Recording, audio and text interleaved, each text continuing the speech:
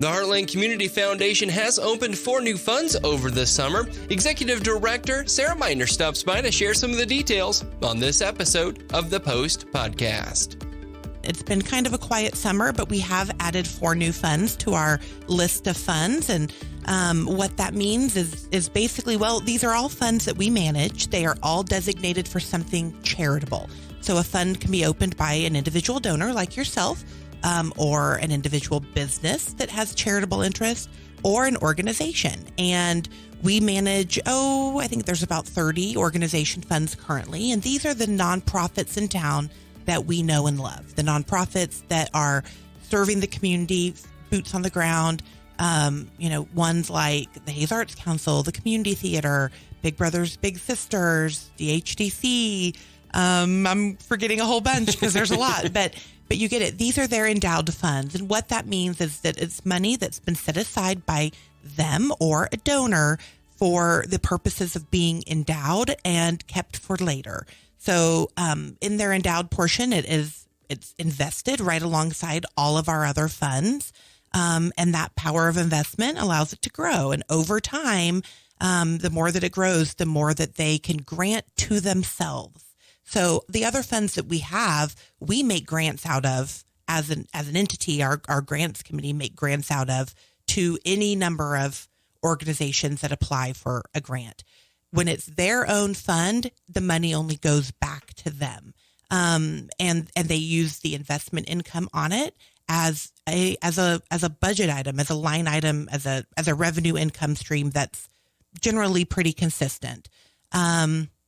And that's the kind of thing that a nonprofit can really appreciate when it's hard to fundraise for things like salaries or rent or other operating expenses.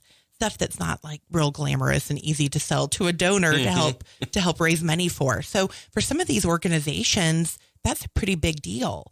And they depend on that money, whatever amount it is, to help pay for the programs that they offer and the services that they offer. So we had 4 new ones added this summer, and I'm really excited for them because it is showing an interest in sustainability that is maybe new or a little different. So I wanted to tell you what those 4 are, and invite our listeners to visit our website at heartlandcommunityfoundation.org to see the full list of funds. They can see which other organizations have one with us, and they can donate right there on the website anytime. And they pick right who they want to go to, and they can leave a comment if they like, and it goes right to that organization. So the 4 new ones, one was actually the Hayes Med Foundation, and theirs is a little different because they have their own, they manage their own funds that are endowed. Mm-hmm. However, their designation, their nonprofit classification is a little bit different. That makes it hard for them to take in gifts that are IRA rollovers or stock transfers, things that can be more easily feasible or performed through the community foundation. So that's what their fund is primarily going to be used for. And then it can still be designated by a donor if it's for a specific department at the hospital. But we can accept those gifts that they previously have had difficulty accepting. So very excited about that partnership. Another one is the Lift Up Joaquini Fund, and it's our first organization fund in Joaquini. And it is there's a group of very dedicated, hardworking community members who are doing their best to get their hands dirty and clean up Joaquini. And they have started a fund so that they can invest in projects with it that are important to the long-term sustainability of the community. So I'm super excited about that. It's already over 20,000 in it. And so, wow. The more it grows, that one is actually partially endowed and partially kept in a reserve so that they can, if they have a project that is, $5,000 to $10,000, they're not limited by only granting out that investment income. They can actually invest some of the principal. The third one is the Let's Grow Victoria Fund.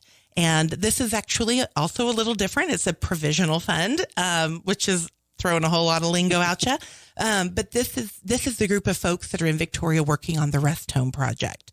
So this is going to be used as their pass-through, their fundraising fund, their main pot of money as they are seeking donations and working to grow the money that it's going to take to make those construction updates and renovations to the former Rest Home.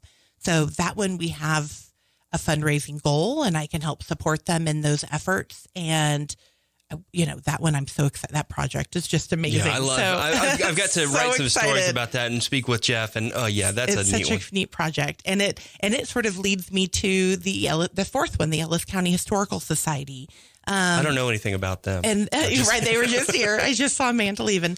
But they're going to have a location, a satellite facility at that Rest Home.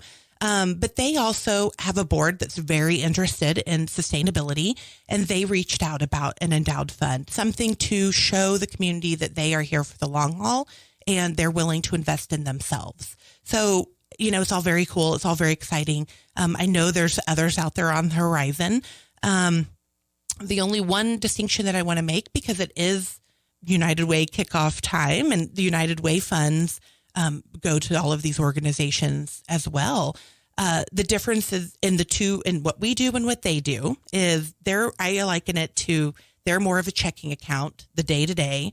We're the savings account. We're the ones for saving for later and for long term. So we need both. Both are so important, and the organizations depend on both. But sometimes it's hard for donors to understand the overlap. So there you go. Tried to make it simple for you. Yeah, that works. I like it.